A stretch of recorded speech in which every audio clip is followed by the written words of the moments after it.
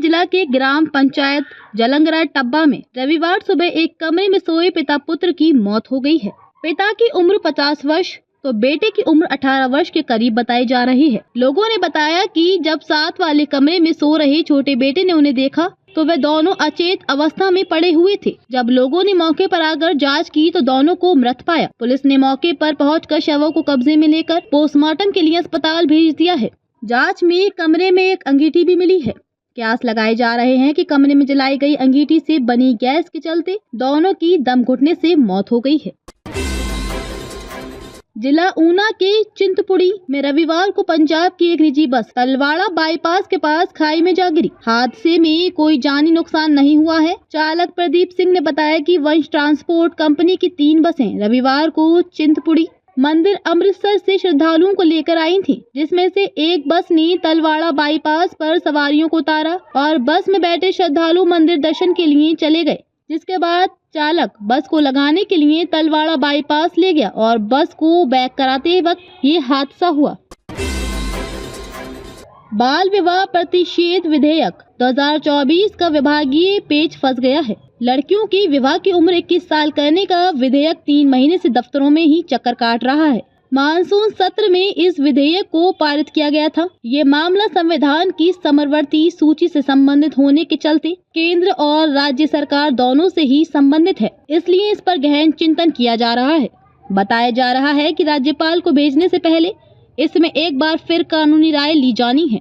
राजभवन से इसे राष्ट्रपति को मंजूरी के लिए भेजा जा सकता है।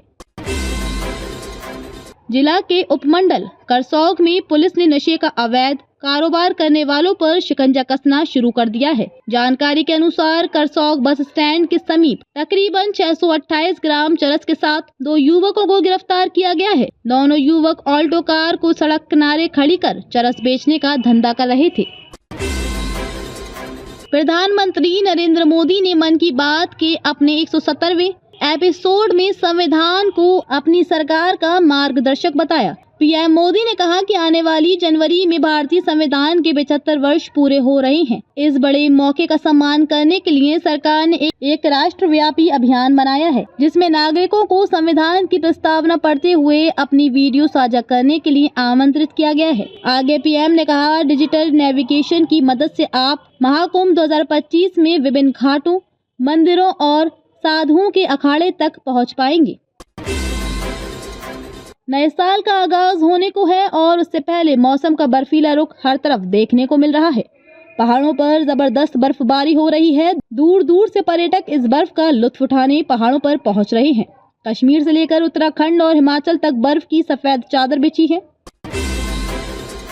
दक्षिण कोरिया से एक बड़ी खबर सामने आ रही है। यहाँ मुआन अंतर्राष्ट्रीय एयरपोर्ट पर रविवार को एक विमान में आग लगने से बड़ा हादसा हो गया। आशंका जताई जा रही है कि हादसे में 2 लोगों को छोड़कर सभी की मौत हो गई है। हालांकि अब तक 124 यात्रियों की मौत की पुष्टि हो चुकी है। जानकारी के अनुसार विमान बैंकॉक से लौट रहा था। फ्लाइट में 175 यात्रियों के सवार होने की बात कही जा रही है। साथ ही 6 क्रू मेंबर भी सवार थे। आपातकालीन कार्यालय के अनुसार विमान रनवे से उतरकर एक दीवार से टकरा गया, जिसके बाद उसमें आग लग गई। पंजाब के लुधियाना में एक शर्मसार कर देने वाला मामला सामने आया है। यहाँ एक चाचा अपनी नाबालिग भतीजी को मोबाइल फोन पर अश्लील फिल्में दिखाता था। इस बात का खुलासा तब हुआ जब बच्ची माँ के सामने ही मोबाइल पर एडल्ट फिल्म सर्च करने लगी। बच्ची की माँ ने जब फोन चेक किया तो इसका खुलासा हुआ। इसके बाद बच्ची ने सारी बात माँ को बताई।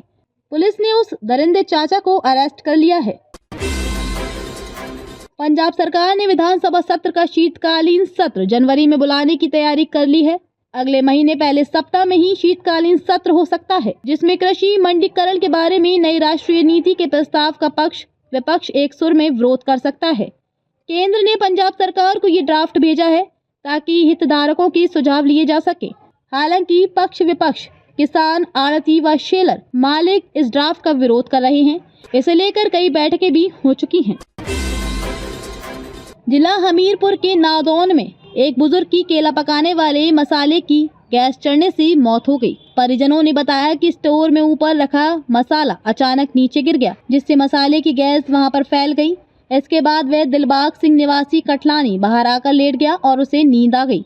अचानक जब तबीयत खराब होने लगी तो परिजन उसे उपचार के लिए हमीरपुर अस्पताल लेकर गए, जहां पर डॉक्टर ने गंभीर हालत के चलते टांडा रेफर कर दिया, जहां उसकी मौत हो गई।